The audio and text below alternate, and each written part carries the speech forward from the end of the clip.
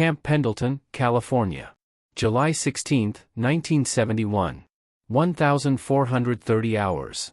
The training hall stretches 200 feet end to end, concrete floors polished smooth by 10,000 boots, fluorescent lights humming overhead like trapped wasps.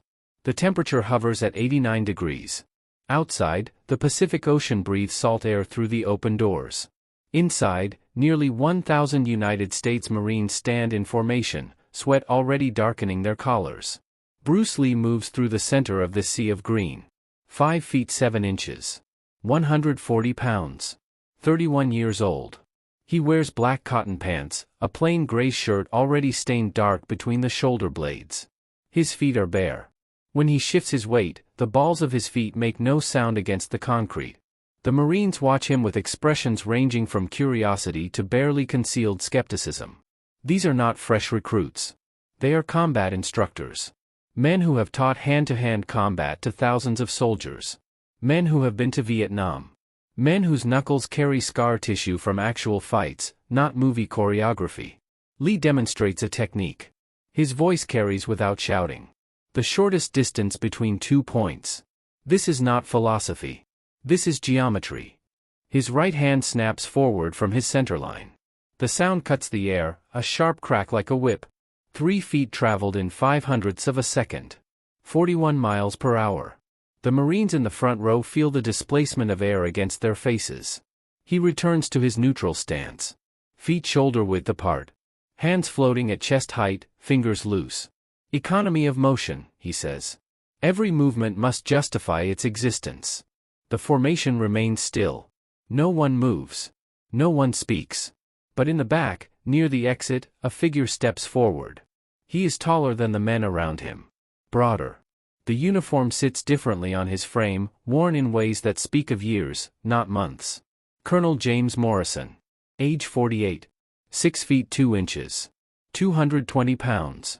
30 years of military service. 2 tours in Korea.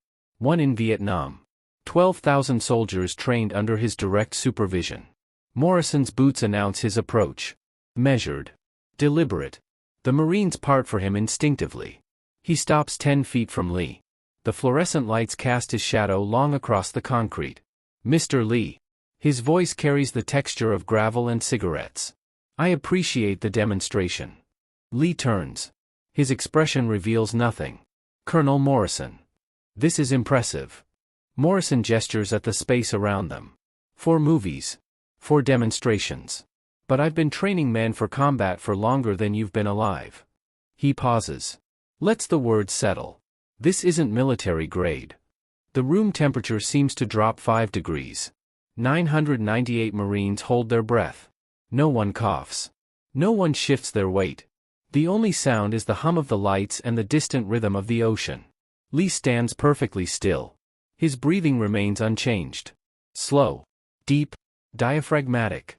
When he speaks, his voice carries no anger. No defensiveness. Only curiosity.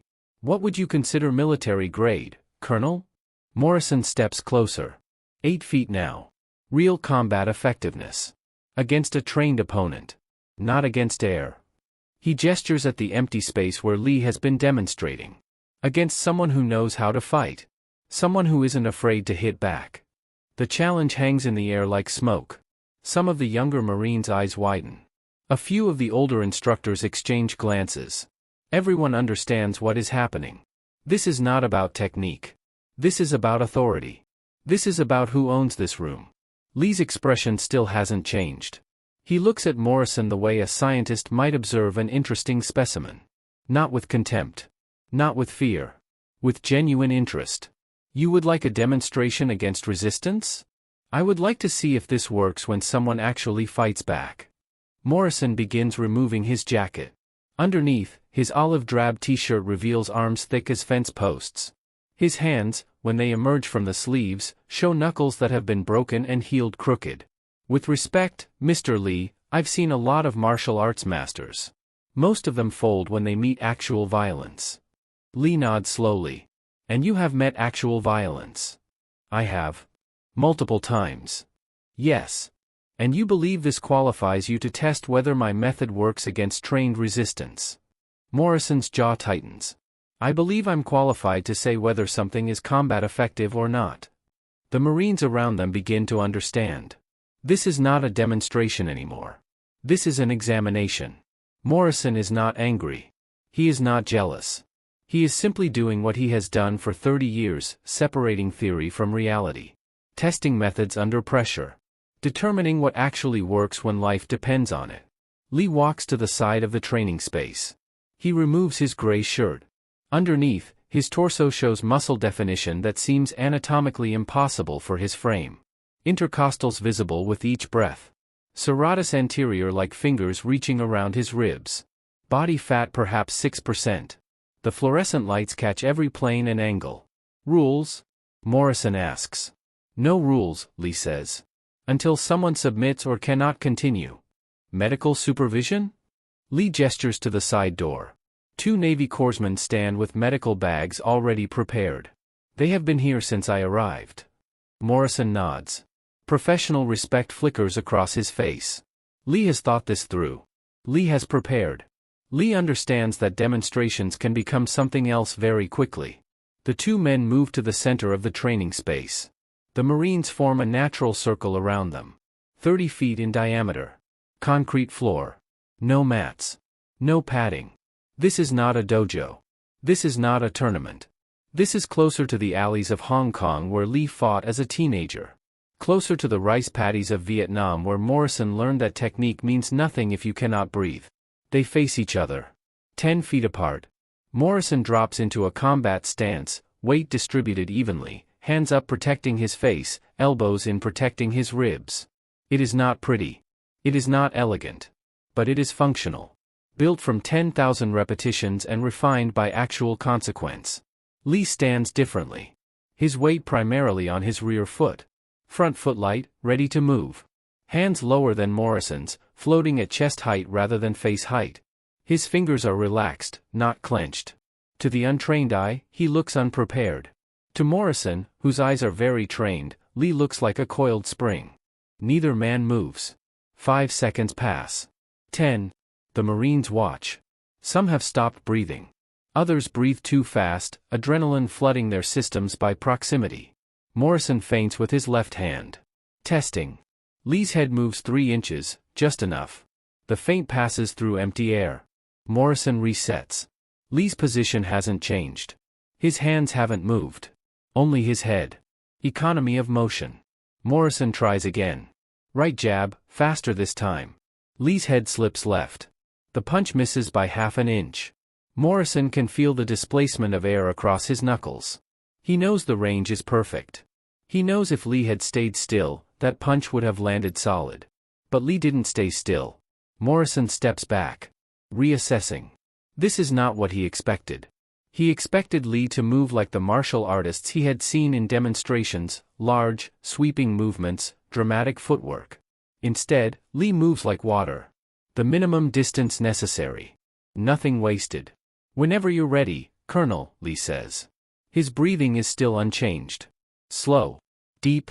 Calm. What happened in those next 12 seconds would reveal something about combat that no military manual had ever captured. Something that couldn't be taught in classrooms or studied in books. Something that could only be understood through direct transmission, body to body, truth to truth. If you want to discover how this legendary confrontation unfolded and the profound lesson it revealed, make sure you're subscribed, because what happens next will challenge everything you thought you knew about combat. Morrison makes his decision. He has spent 30 years learning that hesitation kills. He has spent 30 years teaching young men that when violence comes, you meet it with greater violence. Overwhelming force. Decisive action. No half measures. He explodes forward. His left foot drives against the concrete, generating power from the ground up through his legs, rotating his hips, his shoulder following, his fist launching toward Lee's face with 220 pounds of body weight behind it. The technique is textbook. The execution is flawless. The speed, for a man his size, is remarkable. Lee is not there. His rear foot shifts. Weight transfers. His body rotates 30 degrees. Morrison's fist travels through the space where Lee's head was 0.2 seconds ago. The momentum carries Morrison forward. He is committed now. His center of gravity is extended beyond his base of support. For 0.3 seconds, he is vulnerable. Lee's right hand travels from his centerline to Morrison's solar plexus. The distance is 17 inches. The time is 0.05 seconds. The impact sounds like a palm slap against wet clay. Morrison's forward motion stops. Completely. Instantly. 220 pounds moving at approximately 15 miles per hour arrested in 0.1 seconds. The laws of physics suggest this should be impossible. The colonel's body bends slightly at the waist. His mouth opens. No sound emerges. The air has been forced from his lungs so completely that his diaphragm spasms, unable to contract properly. But Morrison is not finished. Men who have survived combat do not stop because of pain. They stop when they are unconscious or dead. Everything else is just sensation. He throws a right hook toward Lee's temple. Slower now, without full lung capacity, but still dangerous. Still backed by decades of training and actual violence. Lee's left hand rises. Not to block. To intercept. His palm meets Morrison's forearm 4 inches below the elbow. Lee's hand moves in a small circle, redirecting, not opposing. Morrison's punch travels past Lee's ear, missing by 3 inches. The circular motion pulls Morrison further off balance. His weight shifts forward onto his front foot. His heel comes off the ground.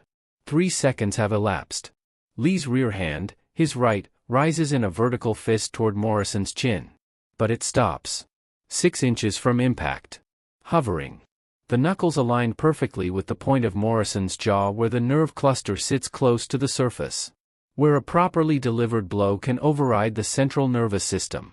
Where consciousness ends not from trauma but from neurological shutdown. Morrison sees the fist. Sees it suspended in space like a photograph.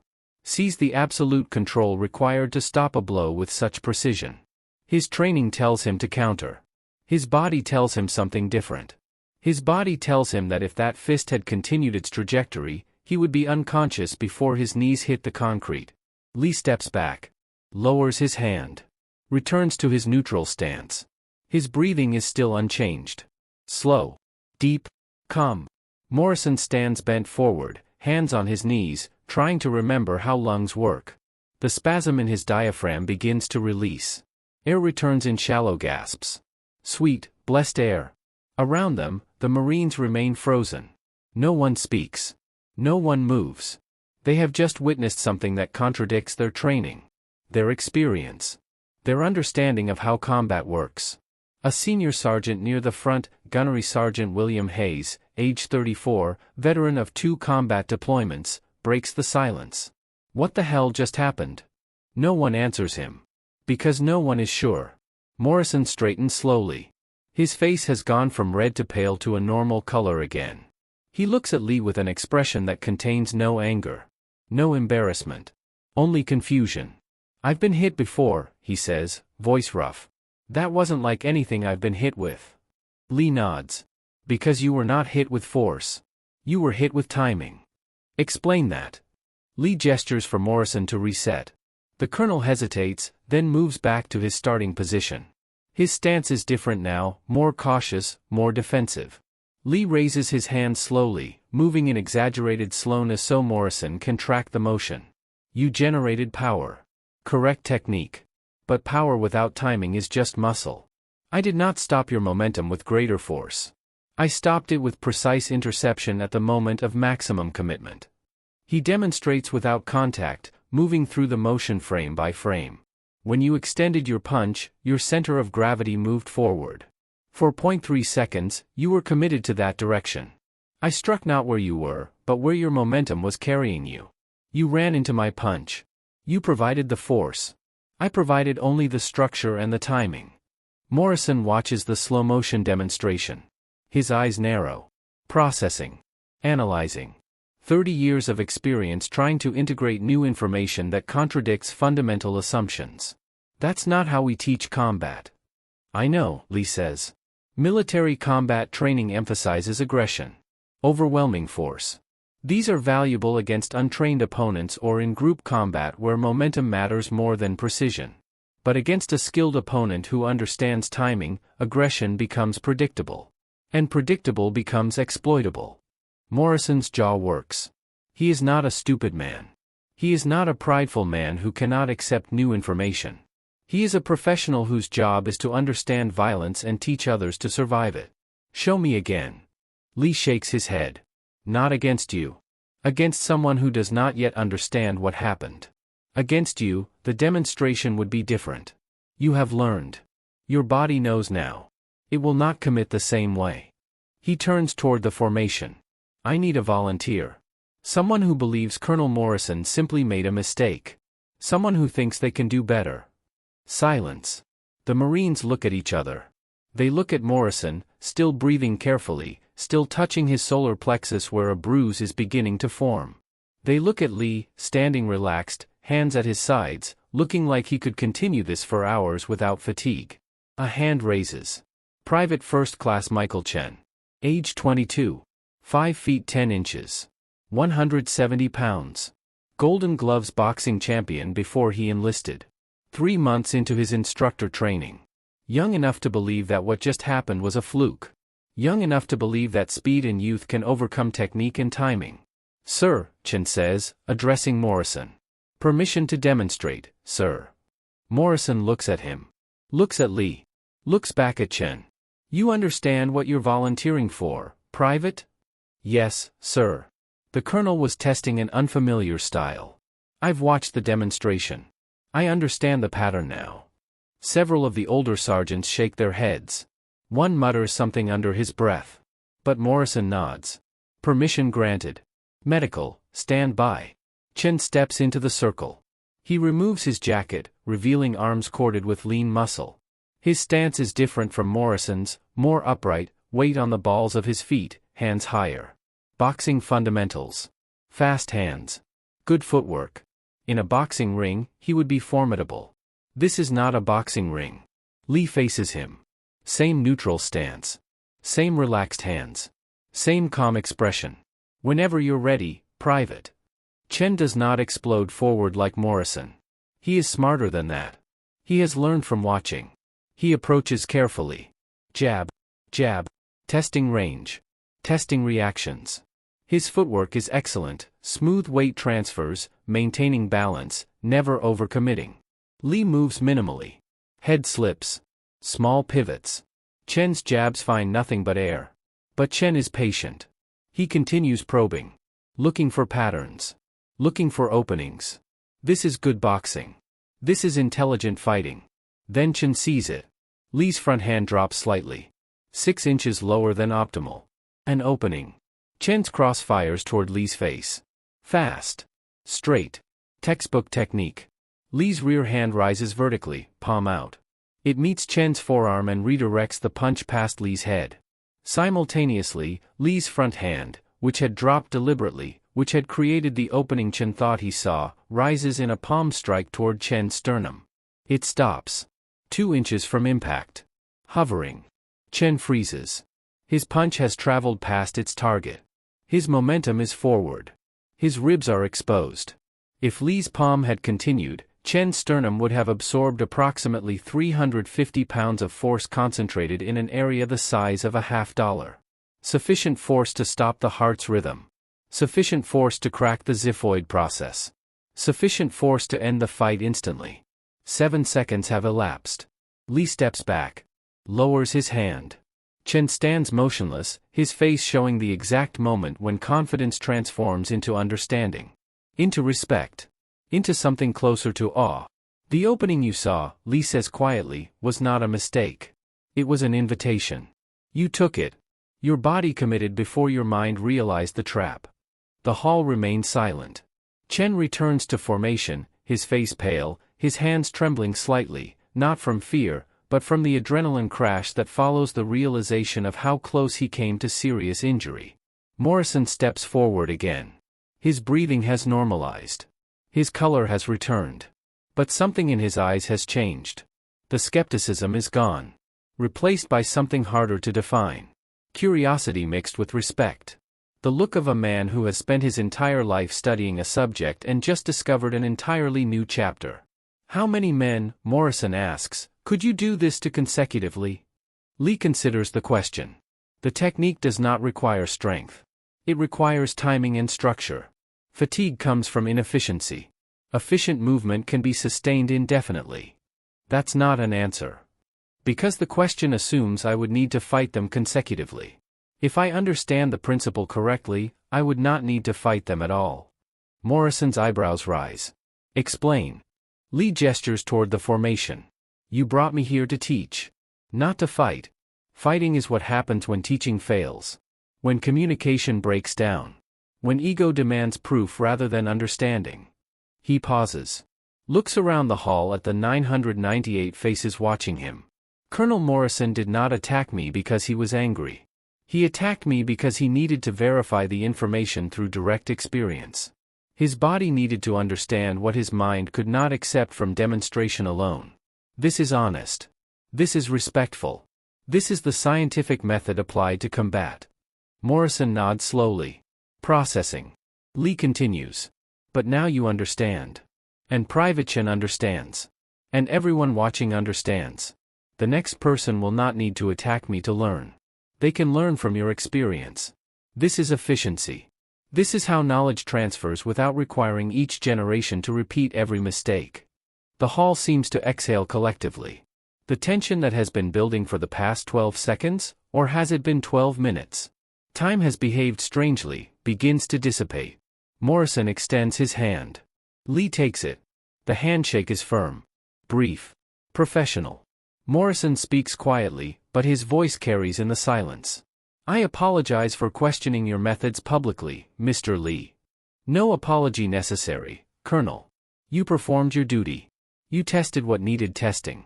Now we can teach with confidence. Morrison turns toward his Marines. His voice returns to its command register. What you witnessed today is not about fighting. It's about understanding. About force multiplication through efficiency rather than mass. About timing rather than strength. Every man in this room outweighs Mr. Lee by at least 30 pounds. Most of you are taller. Many of you are stronger in raw terms. But weight and strength without timing is just potential energy. Potential means nothing until it's properly applied. He gestures toward Lee. We will spend the next 3 hours learning the principles behind what you just saw. Not the specific techniques, those require years to develop. But the principles. The understanding. How to see timing. How to recognize commitment. How to exploit momentum. How to make your opponent's force work against them. These principles will save your life when you're outnumbered. When you're exhausted. When you have no weapon and your opponent does. When everything else fails. The Marines begin to relax. Some shift their weight. Some exchange glances. The informal rule that has kept them frozen, the unspoken understanding that they were witnessing something significant and should remain absolutely still, begins to dissolve. Lee bows slightly toward Morrison. The colonel, after a moment's hesitation, bows back. It is awkward. His body is not accustomed to bowing. But the gesture is sincere. Respect acknowledging respect. For the next 3 hours, Lee teaches. Not fighting. Not techniques. But principles. Weight distribution. Center of gravity. Angles of interception. Biomechanical leverage. The Marines take notes. They practice on each other under Lee's supervision. Morrison watches everything, occasionally asking questions, frequently nodding as pieces of a larger puzzle fall into place. When the session ends, when the Marines file out of the training hall back toward their barracks, they walk differently. They carry themselves with a new awareness. They have seen something that contradicted their training, and instead of rejecting it, they have integrated it. This is growth. This is evolution. Morrison remains behind. He and Lee stand near the center of the hall, where 12 seconds ago everything changed. You knew, Morrison says. When you arrived. You knew someone would challenge you. I expected it. Military culture values proof. Values testing. This is healthy. You could have hurt me. Seriously. Yes. But you didn't. Lee looks at him directly. Hurting you would have taught nothing. Except perhaps that I could hurt you. Which is not the lesson that matters. The lesson that matters is that you could learn to hurt others more efficiently. That your Marines could survive situations they otherwise would not. That understanding principles is more valuable than memorizing techniques. Morrison extends his hand again. Thank you, Mr. Lee. For the lesson. And for the restraint. Lee takes the hand. Thank you, Colonel, for the honest test. Theory without testing is just philosophy. You gave the demonstration credibility it would not otherwise have earned. Years later, when military combat training began incorporating principles of timing and interception rather than relying solely on aggression and strength, instructors would reference this day.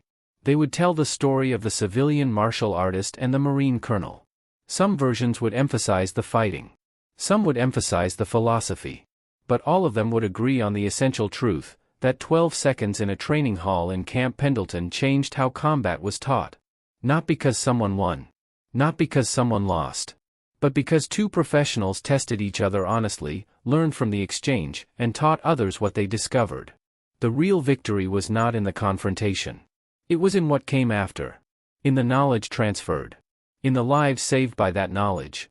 In the understanding that true mastery is not about defeating opponents, but about making opposition unnecessary through superior understanding. This is what those 12 seconds revealed. This is what military grade actually means.